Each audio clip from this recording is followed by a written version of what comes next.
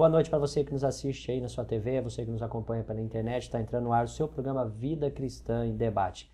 Hoje conosco aqui nós temos a ausência de alguns debatedores, mas está aqui conosco o pastor Fernando, pastor da Igreja Comunidade Cristã Vida na Palavra. Também conosco aqui pastor Mauro, da Igreja Jesus para Nações. Sejam bem-vindos, pastores.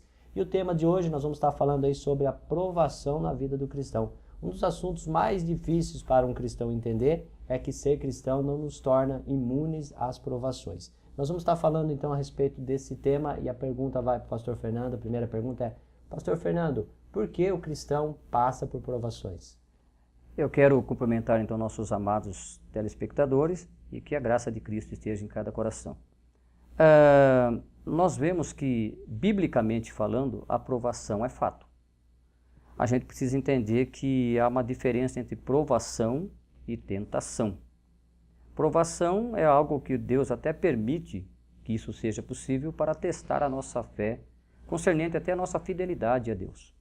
A gente vê isso logo no primeiro livro da Bíblia. O patriarca Abraão foi provado segundo a sua fé. A tentação já é algo que vem de fora, que instiga o homem a pecar. Mas a possibilidade da prova é um fato. Tanto que Tiago ele nos diz assim, no capítulo 1 e verso 2, ele diz assim: meus irmãos, tende por motivo de toda alegria o passardes por várias provações. Quer dizer, como você vai ter alegria na prova? Mas é fato, sabendo que a provação da vossa fé, uma vez confirmada, produz perseverança. E a perseverança deve ter ação completa para que sejais perfeitos e íntegros em nada deficientes. Então, já de acordo com Tiago, a prova é uma realidade, mas ela traz benefício, porque se você estiver alicerçado em Deus, por maior que seja a sua luta, a sua prova, você vai se sagrar vencedor. E pastor Mauro? A Bíblia fala que nos dá como regra que todos os que fizeram uma grande obra foram primeiramente provados. Todos. Quando Davi foi ungido rei sobre Israel, ele passou por um tempo de prova. Foi servir a Saul e depois de servir a Saul, perseguido pelo seu líder, foi perseguido. E quando ele achava de buscar um refrigério, ele foi se esconder numa caverna chamada Caverna de Adulão, e lá ele encontrou todos os angustiados, amargurados, e Davi se tornou o chefe deles. E a Bíblia diz que todos os que foram chamados por Deus passam por provas. Por quê? Porque é necessário que sejamos primeiros passar pela prova para sermos aprovados.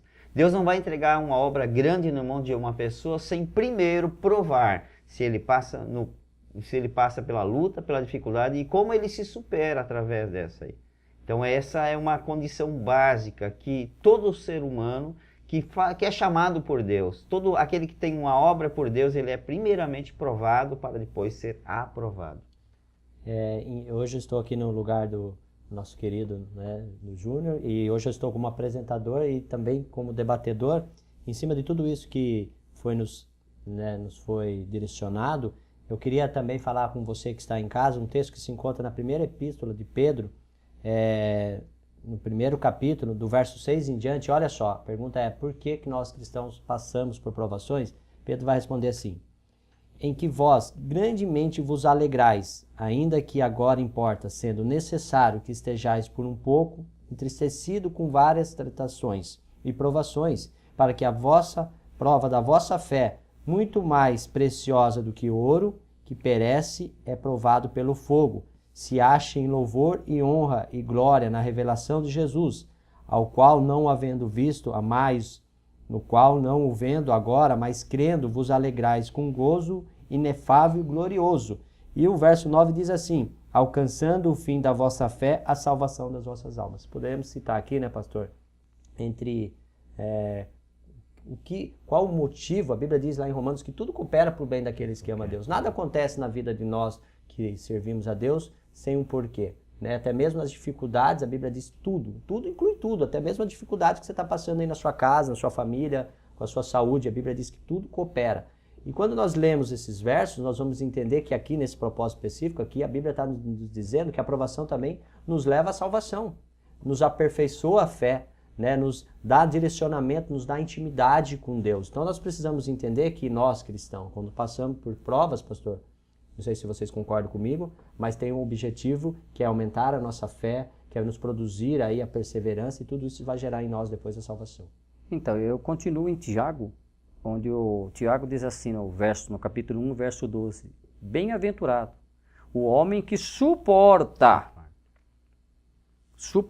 com perseverança a aprovação, porque depois de ter sido aprovado, receberá a coroa da vida. Então, a premissa é, você, para receber algo, você é testado.